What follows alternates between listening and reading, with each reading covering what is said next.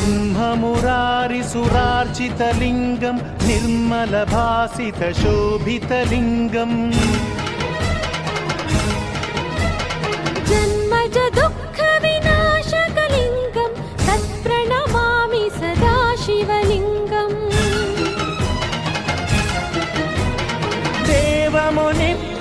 देवमुनिप्रवरार्चितलिङ्गं कामदहनकरुणाकरलिङ्गं रावणदर्पविनाशकलिङ्गं तत्प्रणमामि सदा शिवलिङ्गम्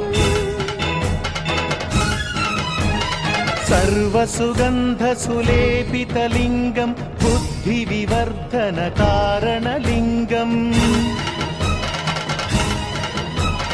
सिद्धसुरा